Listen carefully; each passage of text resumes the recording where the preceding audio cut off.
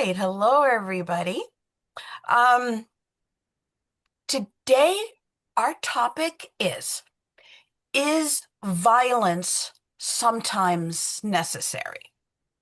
In our interfaith community and most of our faiths and religions, we try our best to be nonviolent. But are there times when violence is actually appropriate? So for today's discussion, we have Ivan Richman. Ivan Richman is a third degree Gardnerian and waxing moon priest, Wicca priest. He was also raised in a Zen Buddhist community and has been doing a lot of interfaith work for many decades. He also is author of, oh, Ivan, I don't have the book with me right now. Uh, Author of the Religion of Good. The Religion of Yeah, Good. Thank you yeah. so much. Thank So you. now I turn it over to Ivan. Thank you. All right.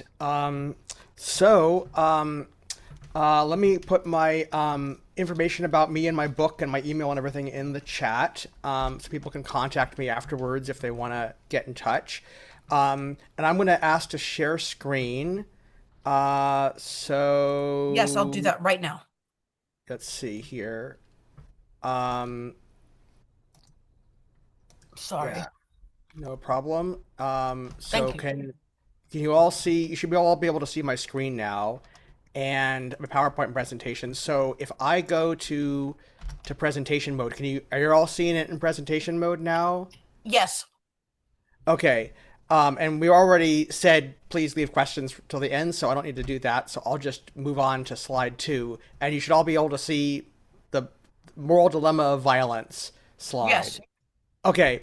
Okay, so anyway, first of all, thanks for having me. I'm really excited to talk about this subject because I've been thinking a lot about ethics and moral dilemmas, and well, we'll get more into that in a sec. But so when, if ever, is it within the bounds of ethics to be violent? So it's a really tough, knotty moral dilemma, at least in my mind, because there is this question of self-defense, defense of others. Is it okay to serve in the military? But what if your country is imperialistic or does bad things with its military? Is like what about things like questions of vengeance and justice and all these sort of things? And is violence the same? Is necessary violence the same as ethical behavior? Can something be within ethical bounds but still be tragic and regrettable? What are the costs of violence? How do we navigate this? And most important for me, from my perspective, is what insight and wisdom can spirituality shine on these questions? And just so you know, I'm not going to be giving firm algorithms here because I don't believe in that. I believe in well, you'll see what I've come to, how I approach ethics, and we'll see what you guys think. So first of all, who am I? As Taffy said, I'm been a Wiccan priest for 20 years.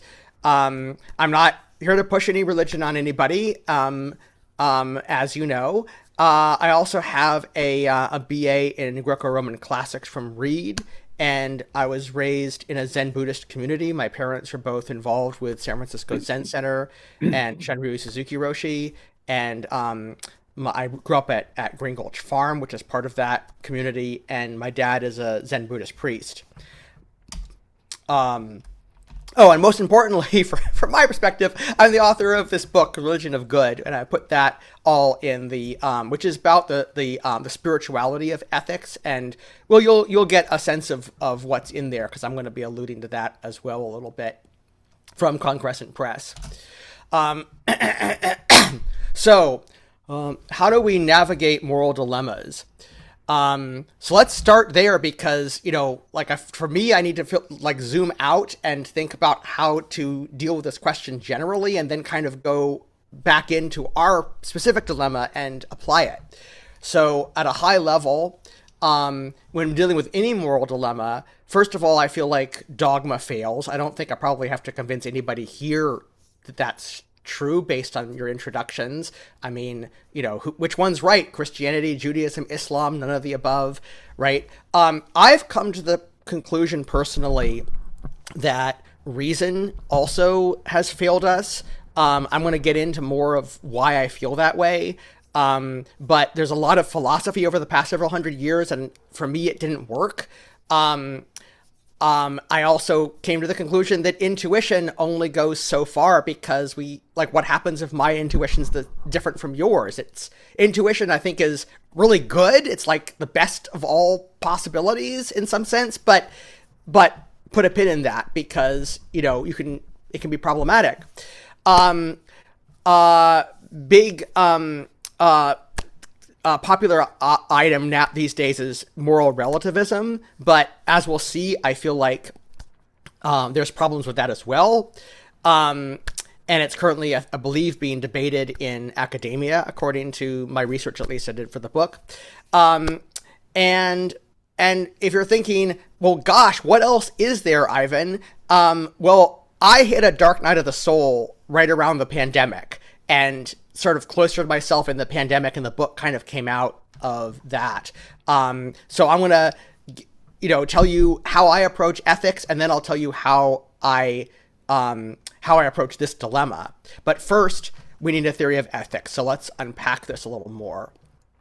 So first, I want to unpack why I felt that reason failed for me. I read a bunch of philosophy, and it wasn't quite right. It didn't really give me the answers I needed to solve moral dilemmas. So here's like a really good case study to kind of encapsulate this, right?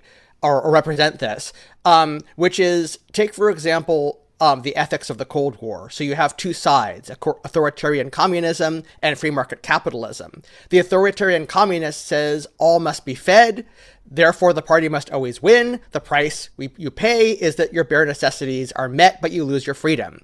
The free market capitalist says, oh no, wait a second, freedom is the most important thing, and the price you pay is that some people will die of hunger in the streets. I'm not going to get into that particular economic issue, because that's a whole other topic, but I think you can kind of see how these both come from the exact same branch of ethics, which is something called consequentialism. And that has to do with maximizing everybody's happiness and minimizing everybody's suffering. But as you can see, there's very, very different assumptions going in that radically change your ethics coming out. I finally found this contemporary philosopher, Alistair MacIntyre, who explained to me why I'm having so much trouble with this, or at least his book After Virtue did. I didn't meet the man in person. But basically, there's three main branches of ethics in the West. There's something called virtue ethics, which is basically there's virtues. If you have those virtues, you're a good person. The problem that MacIntyre had with this is, well, which virtues ought we to have? The virtue ethicists don't say. There's something from Immanuel Kant called the categorical imperative, which is basically I kind of feel like, punching people in the nose sometimes, maybe if they're philosophers who aren't giving me good rational algorithms for figuring out how to be good. But how would it be if everybody did that? Well, it'd be a pretty bad world if that's how we behaved. So we probably shouldn't do that. That's the concept that Kant had. But MacIntyre points out that, unfortunately, theocracy could be stated as a categorical imperative, which is not what Kant intended, not what MacIntyre intended, not what he thinks any of his readers want or what I want. So that's a problem, right? And then the third branch is something called consequentialism, which I've already alluded to, and so MacIntyre says, how you define suffering and happiness will radically affect how your moral calculations pan out. So I kind of hit a brick wall with reason and philosophy and all that. Of course, there's other approaches. There's intuition, like just follow your heart. And that's kind of like my main thing. But I kind of hit this brick wall with that and going, well, what happens when our intuitions clash? That's even worse almost, because at least with reason, I can find out why you disagree with me. With intuition, it's hard to explain. And I also felt like moral relativism doesn't, like, that's really popular these days. It's just different cultures have different ideas. Absolutely. Different cultures definitely have different values. And I don't disagree with that in any way. And I don't think any culture ought to be pushing anything on any other culture. Like, that's certainly, I agree there. But it kind of leaves you cold if all you have is moral relativism, because it doesn't actually give you an ethical system. It just sort of punts to culture to give you an ethical system, and then says, well, yeah, but you're going to have cultural conflicts. So there's a debate apparently going on right now in academia, according to my research that I did for the book, which is there's something called moral realism, which is basically like, well, is it possible that these cultural differences are actually more like the blind people and the elephant? That parable where there's, the one person touches the trunk and it's a snake and thinks it's a snake. One person touches the tail and thinks it's a rope, right? So the moral realist says, isn't it possible that goodness is a real thing, right? Like maybe that's a real thing, but different cultures just have different perspectives on that same real thing. And they don't have to invoke God in order to have this. They don't have to, there doesn't have to be some physical thing that we could touch. I mean, we know that mathematics has truths in it. There's reality to certain, things. So how do we know there isn't, some kind of like optimization of our relationships, for instance? And the second problem I ran into with moral relativism is that ethics, for me, ethics is about relationships among people and groups, whereas I feel like moral relativists may be assuming that ethics is about people and groups, and it doesn't seem to account for intercultural relationships. Should we... I think as a moral realist, I believe that different cultures with different values and perspectives ought to get along with each other. But moral relativism doesn't actually say that, right? Like why should that be the case? Why not?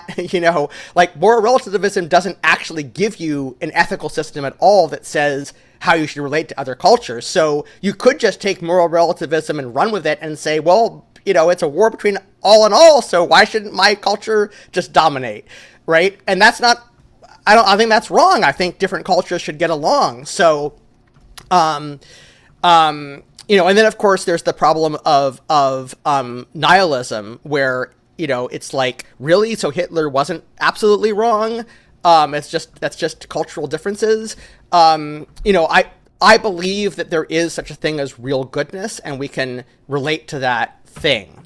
Okay. That's my personal opinion. If you're a moral relativist, that's great. I'm not going to shoot down anybody for any opinion they have. But that's just what the brick wall I ran into. So, before I get into my ethical approach, I want to talk a bit about my religion, just enough so that you get some sense of my perspective. It's impossible to generalize Wicca because there's a gajillion different versions out there. So what I'm going to tell you is my personal take on my Wicca, okay?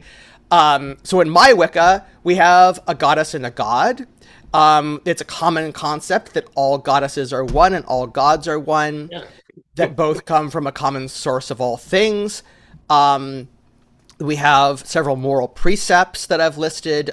This is not exhaustive, but I just listed 2 examples of our moral precepts that tend to be fairly general and broad. So the Wiccan read, and it harm none, do as you will. And the charge of the goddess is a Wiccan text that, among other things, the goddess says to us, "My law is love unto all beings." We celebrate the cycles of nature. We're a nature religion.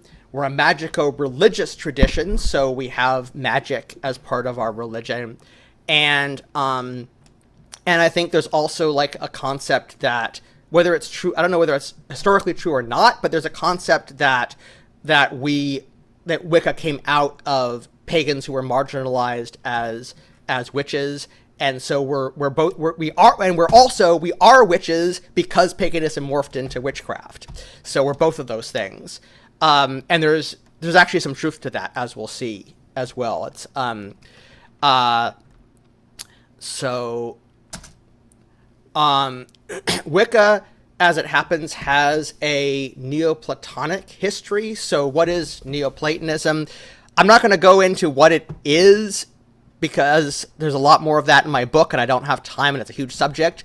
But basically it was a philosophical tradition that came out of Plato's Academy in the late Roman imperial period, so late antiquity.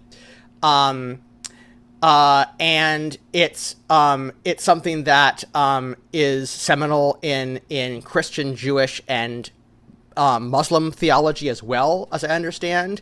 But it turns out that, fact stranger than fiction, it turns out Wicca has this Neoplatonic history, which is that Neoplatonists, the Neoplatonists of Plato's Academy escaped persecution by the Christian Roman Empire, because the Christian Roman emperors closed Plato's Academy at some point on the grounds that it was pagan. They fled into the Arab world. It got picked up by Arabs and Muslims as ancient wisdom, first of all, and also got into their magic. So there's actually like these magic books that actually like took Neoplatonic ideas, and it went from basically like their religious symbolism ended up becoming magical symbolism. So it's pretty trippy, actually.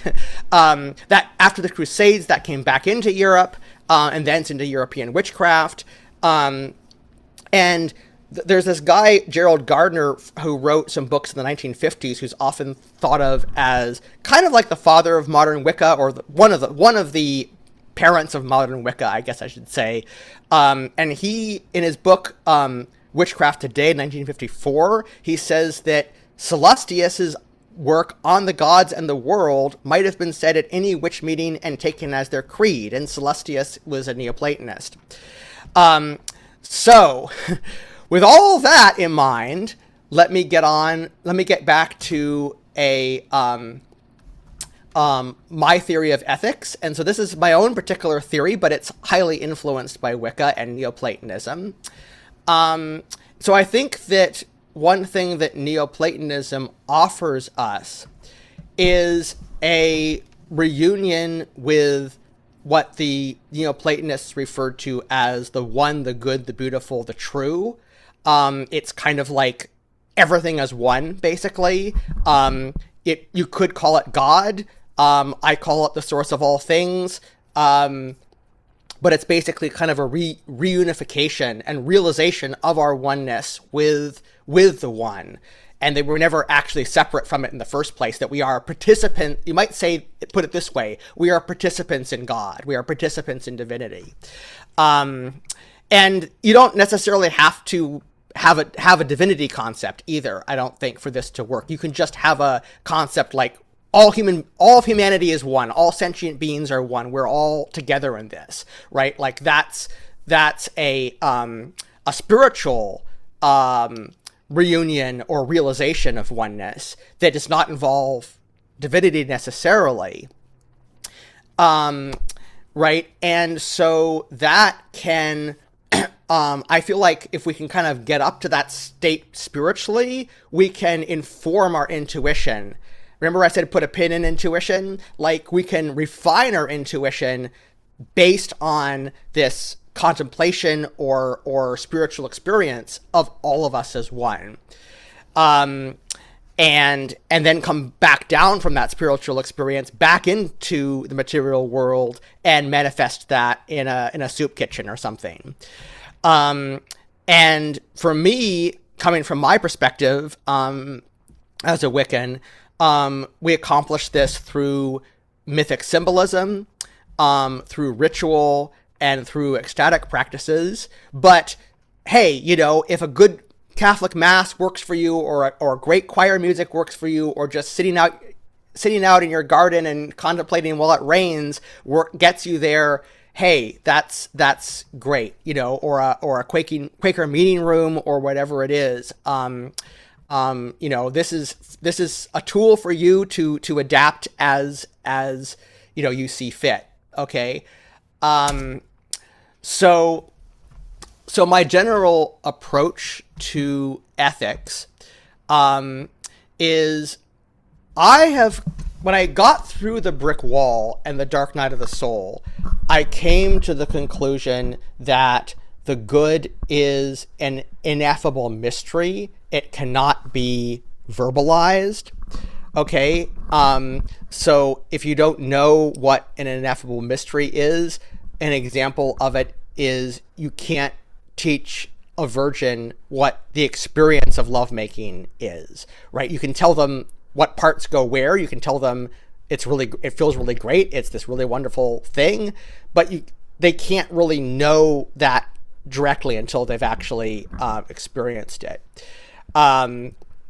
So what I feel is that this goodness thing is like that. We have to have this experience, the spiritual experience, to kind of get touch points on that.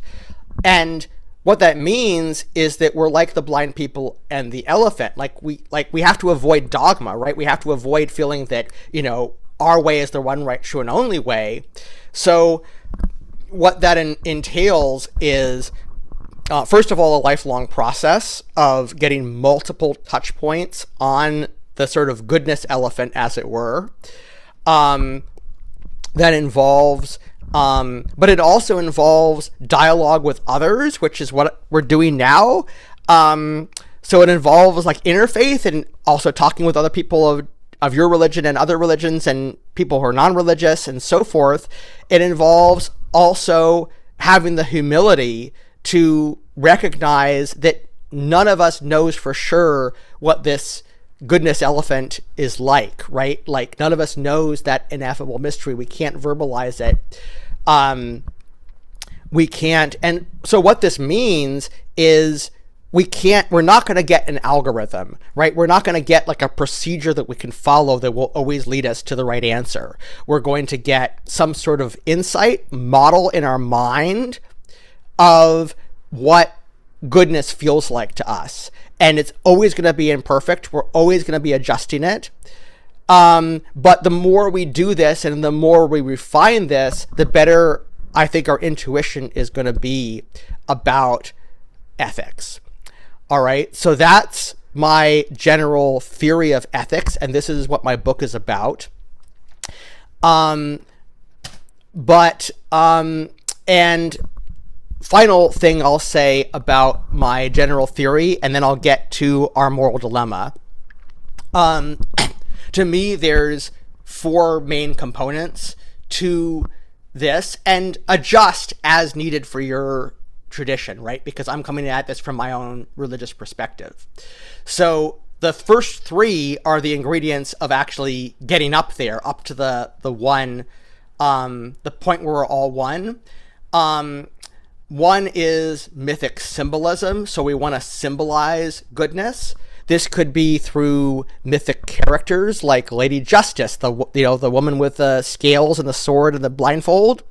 It could come from your own scripture or mythology. It could even come from your own creativity, although I'm not particularly fond of pop culture for this purpose, because the corporations can jerk us around with that.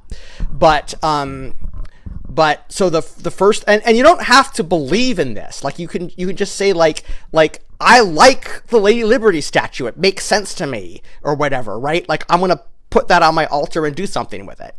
Right. And when you do something with mythic symbolism, we've entered the world of ritual. So mythic symbolism by itself is just a static thing. Like you have like this man with a lightning bolt in his hand, or a 3-formed woman who stands at the crossroads and looks 3 directions, or a woman with a helmet on with a spear and shield. that's just static iconography. But we can do rituals in which we interact with this. We can, in my tradition, we often will make offerings, we'll chant chants, things like that. But you don't have to believe in the things you're doing ritual with in order for it to work. Like, you can, as I said, like, you could put a Lady Justice statue on your altar or a Lady Liberty statue on your altar, and you can, interact with it in some way. Right? It's a ritual. Okay. And finally, then there would be the final secret sauce of this is ecstatic practice, which is where you alter your consciousness to relate to the ineffable, because that's how we get to the ineffable. That's how we relate to the ineffable, I think, or that's the way I know how to relate to the ineffable. Your tradition might have other ways, but in my tradition, ecstatic practices, or what we often call trance work, is, for me, that's what gets me there. So ecstatic dancing, drumming, chanting, that kind of thing, meditation,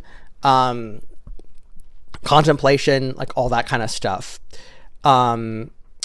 And then the fourth, like, really important ingredient is return to the mundane and manifest your goodness here on earth, because it's easy to get kind of like, the fun part is going up to that ecstatic place. It feels really good, right, to get spiritual. But like, coming back down and getting into the real world that's messy and complicated and nevertheless being good is all important to the practice I'm recommending.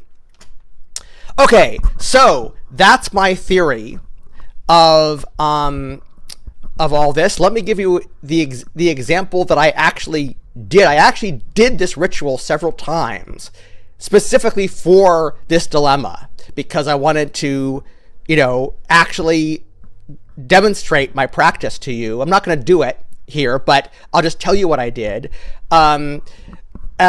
So, we have, in Wicca, we typically start out with some purifications. So I had, like, sprinkled salt water and incense. I chanted about the one and the all, because I was literally doing a ritual out of my book, because I wanted to practice that. I created sacred space with our sacred blade called an athame. And again, I adapted a Wiccan ritual to have it be in terms of one and all rather than in terms of deities. I saluted the four directions to bring the microcosm in from the macrocosm. I invoked various mythological ideas. So one is, I'll do one short chant. Mother Earth, blue and green, global girth and crossroad queen.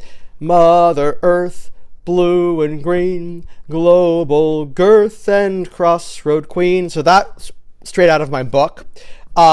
This next one may sound like a surprise, because we tend to think of Mars as being, like, really warlike and Roman and vindictive and conquering and everything, and that Roman Empire is kind of gets in our heads. But I wanted to, like, throw something in the mix that would challenge me. So and I remembered from my classics training that Mars is also a god of agriculture. He was at first a god of agriculture before a god of war. And also, war gods can inspire peace too, when we remember that all gods we remember that that everybody is everybody prays to the same war god. And anyway, I'm way past the time mark here, so I'm going to move forward fairly briskly. You don't need to know about everything I did for the ritual. I think you get the idea. So let me move on to let me actually skip ahead a little bit to some of my conclusions here, because I have about 5 minutes left. So here are the insights that I got from this ritual. So insight number one is when we hurt others, we hurt ourselves. There's a bunch of reasons for this. I could bring up Buddhist karma and say that we toxify our environment. I could bring up that different people, everybody always thinks they're right, and so therefore when I hurt somebody else, they'll still blame me, even if they were in the wrong. I could bring up that violence begets violence. I could bring up that it's bad for the soul. It's spiritually bad for us. It causes us to spiral down and distance ourselves from this oneness that's so important to goodness. So if, like, I think we all feel that violence is to be avoided at all costs, but if we're going to be violent, count the costs, first of all. That's my first insight. And then take responsibility for your actions.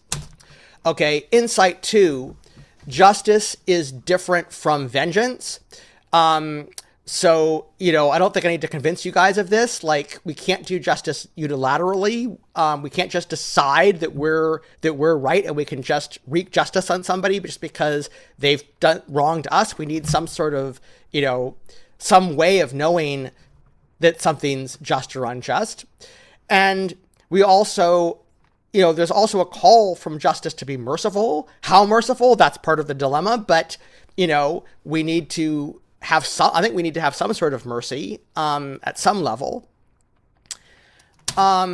Insight 3, however, all this being said, when the time comes, act. What self-defense experts that whose lectures I've attended have said is if you're not sure of yourself in an actual violent situation when you have to fight, like if you're cornered, then you're probably going to lose the fight, and that might mean that you die. Okay? So we need to prepare our souls ahead of time, and with this ethical model sort of preloaded in us, so that when the time comes, we hopefully do the right thing. We fight when we ought to fight. We run out the back door when we should run out the back door. We make peace when we should make peace. We're merciful when we should be merciful.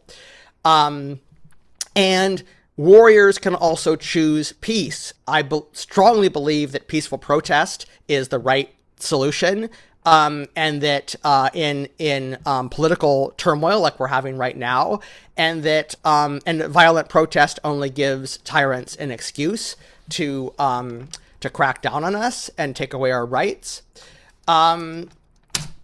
Insight 4, but remember that violence is tragic. Violence is never the ethical ideal.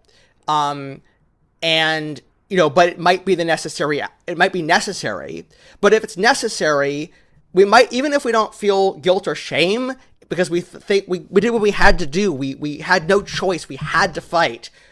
I feel like it's good if we feel really terrible afterwards and we have nightmares about it. Like, I know what, I have nightmares if I had to be violent with somebody. It would really tear me up inside. So I think it's good. It's a sign that we're good people if we feel a sense of tragedy that we had to do this, and that we remind ourselves this is a really terrible thing. And if we're going to make that choice and step over that boundary, then we need to be very, very clear that this is a tragic and terrible thing. So, but I'll enjoin you to do the practice yourself, and dialogue with people and be humble about it. And remember that, none of us has a monopoly on this knowledge, and you may have different insights than I did, and that's great because we should be dialoguing about this. So I know that was kind of a roller coaster ride. I just had 30 minutes to explain this, and that's a lot to go through. But I know I went by very fast. I'll be happy to go back through the slides if people want me to, but that's it. That's what I have to say. Let's discuss.